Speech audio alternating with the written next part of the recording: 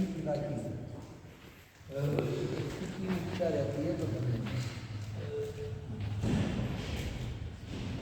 क्यों मुक्ति हो जाने पे इच्छा नहीं रहती है। जैसे आप छत पे जाना चाहते हैं, उसके लिए सीढ़ी आए हैं, छत पे पहुंच जाने के लिए सीढ़ी का कोई महत्व नहीं रहता।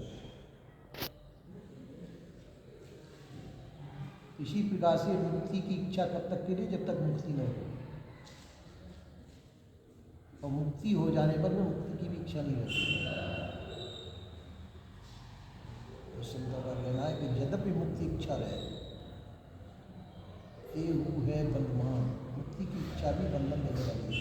इसका मतलब नहीं कि मुक्ति की इच्छा न रखें, जब तक मुक्ति न हो जब तक तो इच्छा रखनी पड़ेगी। पर वो इच्छाएं जितनी भी है संसार के अंदर आ जाती है, और संसार से पार होने पर सभी इच्छाएं खत्म हो जाती हैं।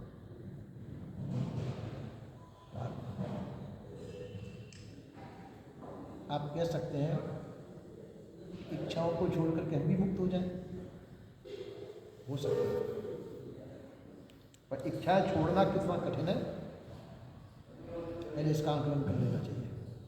इच्छा छोड़ सकते हैं, एक प्रैक्टिकल करके देखना चाहिए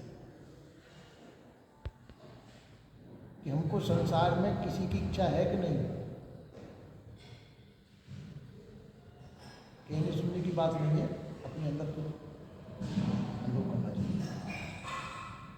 आप कहेंगे कि भाई शरीर है, जब तक रहेगी रहेगी, शरीर रहेगा तो प्रारब्ध से इसका सभी पूर्ति होगी, प्रारब्ध इसके साथ शरीर के साथ उसकी पूर्ति होगी। पर इच्छा बंधन देने वाली है, प्रारब्ध के अनुसार जो कुछ प्राप्त होता है उसको ग्रहण कर लेना वो इच्छा नहीं है।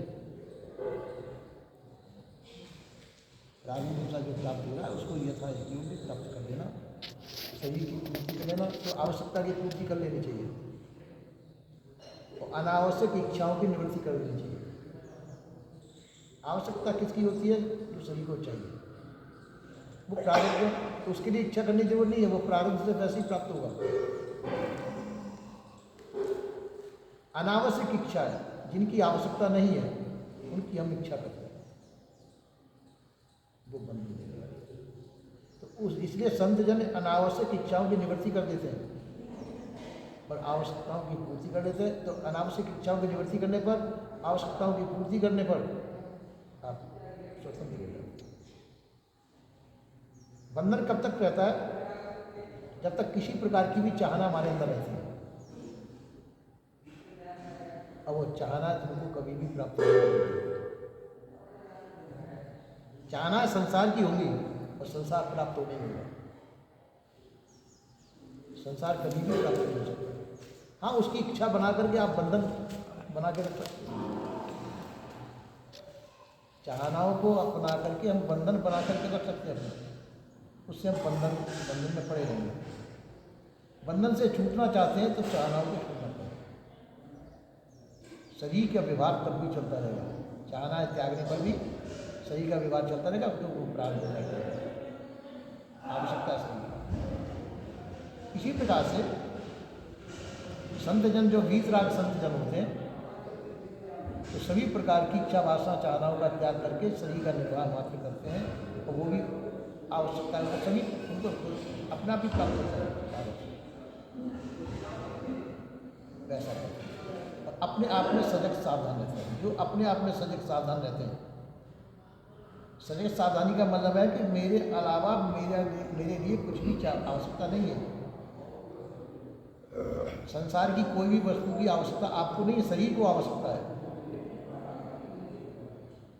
और शरीर मुक्त स्थिति में किसी प्रकार की इच्छा वासना चाहना नहीं रहती।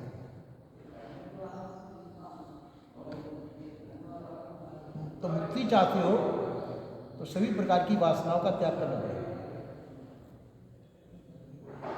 संसार की सभी प्रकार की इच्छाओं का, और यदि संसार की कुछ भी थोड़ी बहुत भी इच्छा रह जाती है तो स्वतंत्र नहीं हो सकते, मुक्त नहीं हो सकते।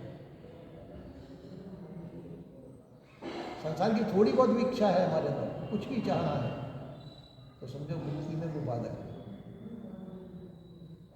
आप कहेंगे ठाकुर जी का ध्यान करें, तो ठाकुर जी यही नहीं करें। जिनको आप भगवान, ईश्वर, परमात्मा कहते हैं वो है ही नहीं, काल्पनिक। उनका शरीर जब था,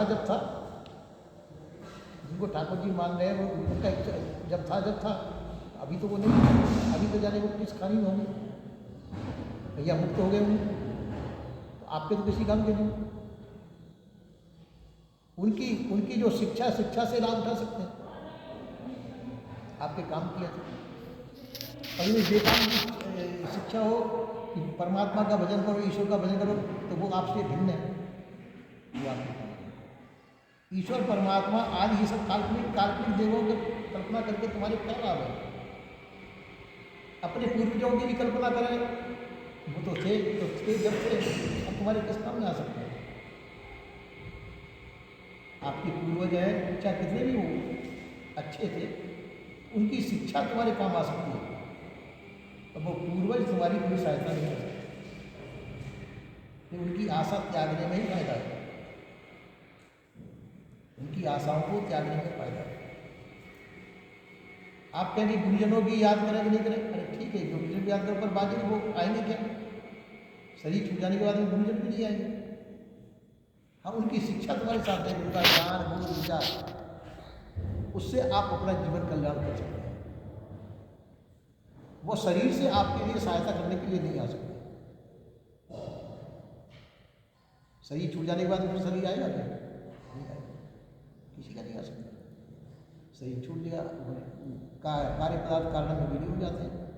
शरीर पंचभौतिक है, पंचभौतिक शरीर पंच तत्वों में विलीन हो जाएगा, तो वो शरीर नहीं आ सकता।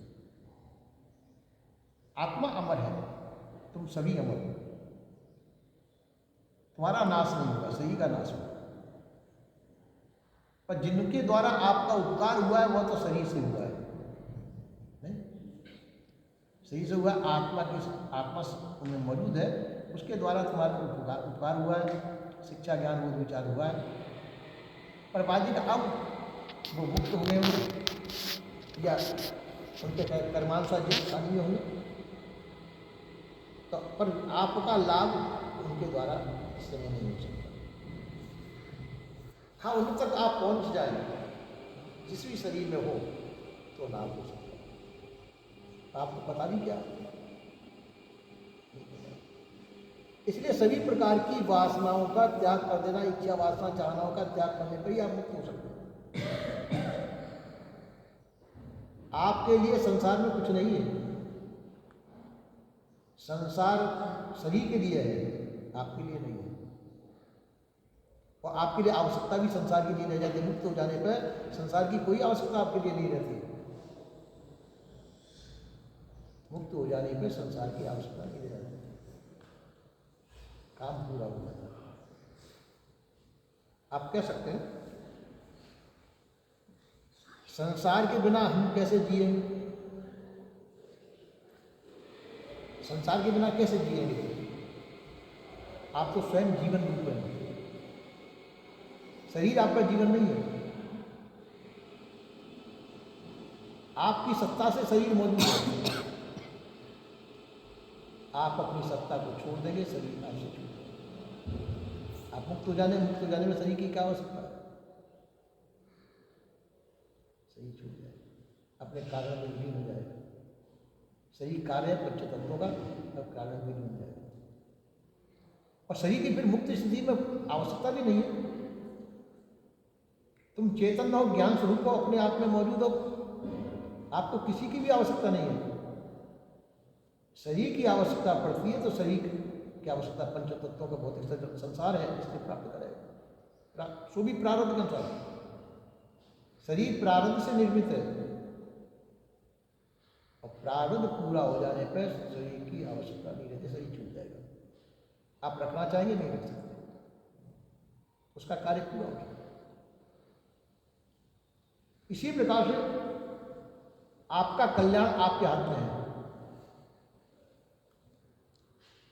आपका कल्याण करें आप अपना, या कल्याण न करें, आपके हाथ में।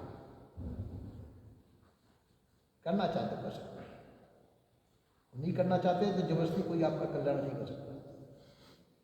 आप कहते हैं गुरुजन करेंगे, अरे गुरुजन तो मार्गदर्शन करते हैं, गुरुजन तो मार्ग बताते हैं, ये मार्ग है, चलोगे तो पहुँचो, और नहीं तो उनकी बात तो सुन लोगे। कल्याण का मार्ग है, पर चलेंगे नहीं तो पहुँच सकते क्या? आपने बॉम्बे कलकत्ता के नाम सुन रखे, पर जब वहाँ चलेंगे तो वहाँ पहुँच जाएंगे, नहीं चलेंगे तो जाके यहीं बैठे नाम सुन रहे। इसी प्रकार से कल्याण कल्याण हम नाम सुनते रहे, चले नहीं, नाम तो सुन रहे, तो चलना क्या है? वासना रहित होना है। वासनाएं संसार की होती है, सभी प्रकार की चाहनाओं का अंत करना है, फिर भी आपका शरीर रह सकता है। शरीर तो प्रारब्ध है, जब तक रहेगा ही रहेगा, पर शरीर के रहते रहते ही अभी सभी प्रकार की वासनाओं का, इच्छा वासना चाहनाओं का त्याग कर, आप मुक्त हो सकते। शरीर रहते रहते ही जो मुक्त हो जाता है वही मुक्त है। शरीर छूट जाने के, आप कहेंगे शरीर छूट जाने के बाद मुक्त हो जाएंगे, फिर नहीं हो सकता। फिर तो जो संस्कार जाएंगे वो संस्कार अपने बंधन में बांध के जहाँ ले जाएंगे वहाँ जाना पड़ेगा, परतंत्र है आप। शरीर रहते रहते ही आप बंधनों को छोड़ सकते हैं, सभी बंधनों को छोड़ करके मुक्त हो सकते हैं शरीर रहते रहते ही।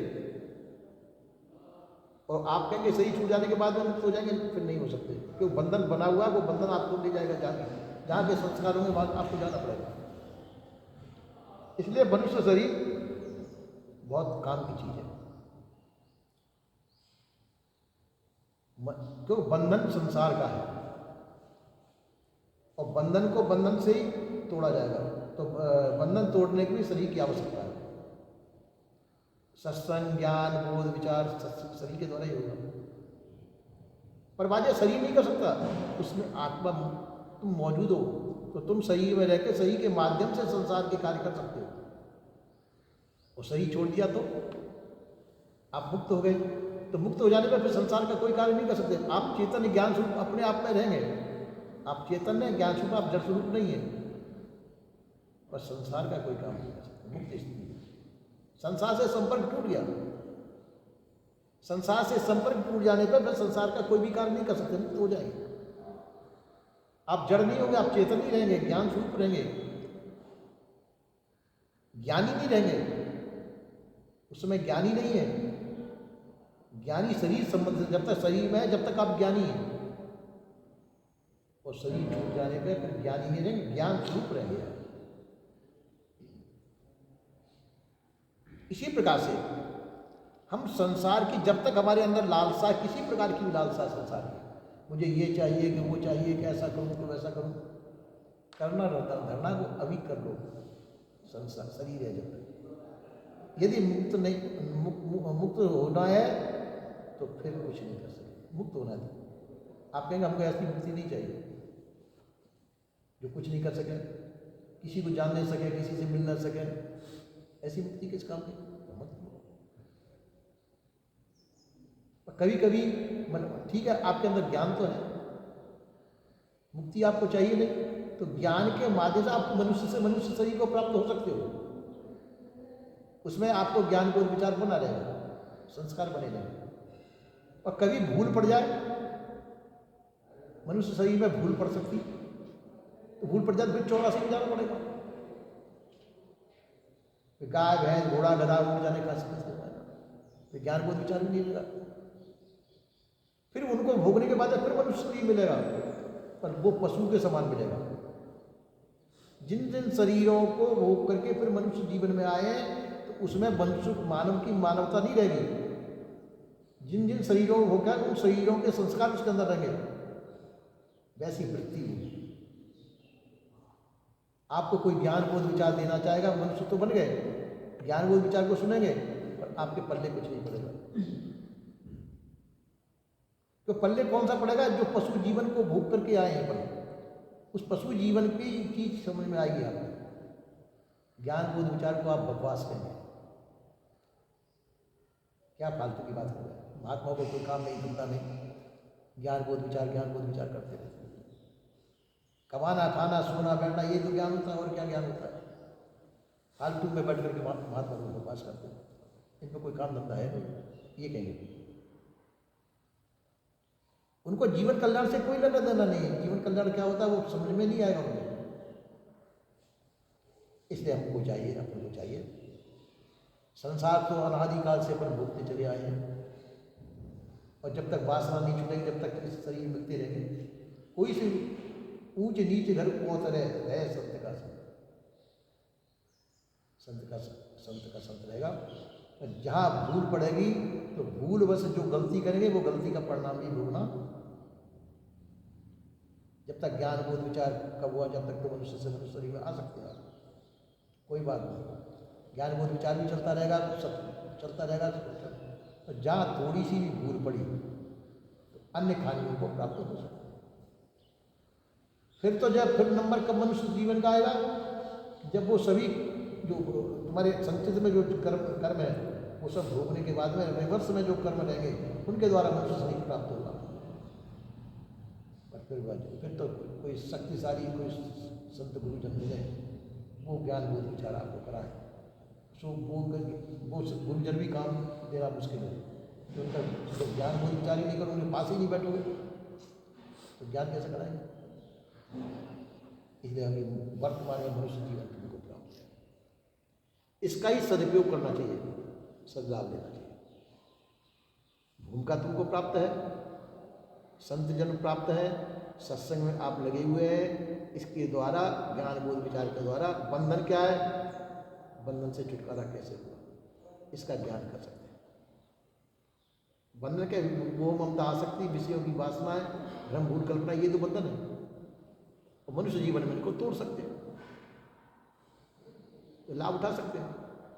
और नहीं तोड़ा तो फिर जो जैसे कर्म है, जैसी वासना है, वो वासना के अनुसार वैसा वैसा तुमको करना।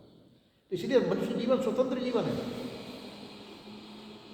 मनुष्य जीवन स्वतंत्र जीवन है। या तो अपना कल्याण कर लो, कल्याण में भी आप स्वतंत्र हैं, और बंधन बनाना चाहे तो बंधन में भी स्वतंत्र है।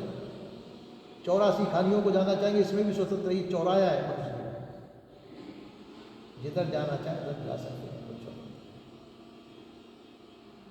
जो कहते हैं गुरुजन हमारा कल्याण का, गुरुजन कल्याण का मतलब है वो ज्ञान बोध विचार दे सकते हैं, समझा सकते हैं। कल्याण तो अपने आप का अपने को ही करना पड़ता है, मार्गदर्शक गुरुजन होते हैं। कल्याण उस मार्गदर्शन के अनुसार अपना करेंगे तो कल्याण होगा। जबरदस्ती गुरुजन तुम्हारे कल्याण नहीं कर देंगे। उस बात को समझ करके, जैसे तुम विद्यालय में जा रहे हो, अपनी क्लास में बैठे हैं, पढ़ाने वाले अध्यापक पढ़ा रहे हैं, तो आप उनकी बात को न माने, उस पर ध्यान न दें तो आप पढ़ जाएंगे, भले ही क्लास में बैठे हैं। पर जब पढ़ाई पे ध्यान देंगे और उसमें रुचि होगी तब उस पढ़ाई में पढ़ेंगे। और जबरदस्ती कोई बैठा दे तो पढ़ाई कर रहा है, तुम उस पर ध्यान ही नहीं दो। इसी प्रकार से क्लास में तो बैठ गए, मनुष्य जीवन क्लास है तुम्हारी, और तुमको ज्ञान बोध विचार भी संतों के द्वारा प्राप्त हो रहा है। पर यदि आप नहीं चाहेंगे तो ज्ञान बोध विचार भी कुछ काम नहीं देगा, गुरुजन भी कुछ काम नहीं देंगे, महात्मा लोग कुछ काम नहीं देंगे। वो सुनाएंगे, इस कान से सुनोगे, इस कान से निकल जाएगा। क्योंकि राग हमारा मौजूद है संसार का, जब तक रागाशक्ति हमारे अंदर मौजूद है तो बंधन भी है। रागाशक्ति ही बंधन है, इसका नाम रागाशक्ति, संसार की रुचि। तो ये रुचि जो है बंधन देती है। इस रुचि के नाश को वैराग्य कहते हैं। वैराग्य, ज्ञान बोध विचार वैराग्य हो, वैराग्य के द्वारा सभी प्रकार के बंधन टूट जाते हैं।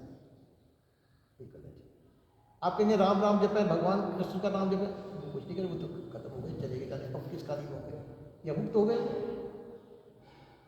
अब इस समय हजारों साल हो गए उनको मरे, इस समय क्या काम देंगे।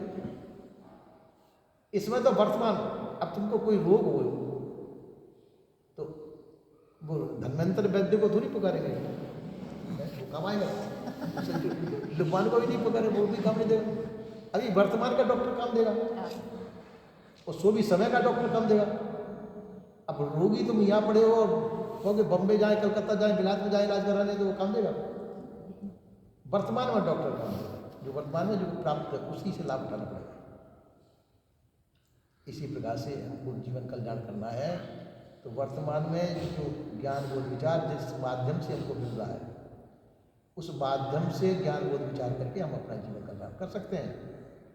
वो नहीं करना चाहे संसारी प्रिय है तो कोई बात नहीं, संसारी प्रिय रखो, पर कम से कम इतना इतना बना के रखो कि मनुष्य से मनुष्य शरीर में आ जाओ। कम से कम मनुष्य से मनुष्य शरीर आ जा मिल जाए, इतना तो कम से कम रखना पड़ेगा अपनी गाड़ी में। और ज्ञान की प्रधानता हो गई, विवेक की प्रधानता हो गई, क्योंकि विवेक प्रधान है। मनुष्य जीवन विवेक प्रधान है, तो विवेक होगा तो मनुष्य से मनुष्य शरीर में आ जाए, तो कम से कम इतना बना के रखना चाहिए। ये सत्संग का लाभ है। कल्याण नहीं करना हो कोई बात नहीं, तो कम से कम इतना बना के रखो कि जो है मनुष्य से मनुष्य शरीर प्राप्त होता जाए, और उसमें भूल पड़ गई तो फिर दाव चूक जाएगी, भूल नहीं पड़नी चाहिए। ऐसा संत गुरुजनों का कहना है। बोलिए श्री सद्गुरुदेव।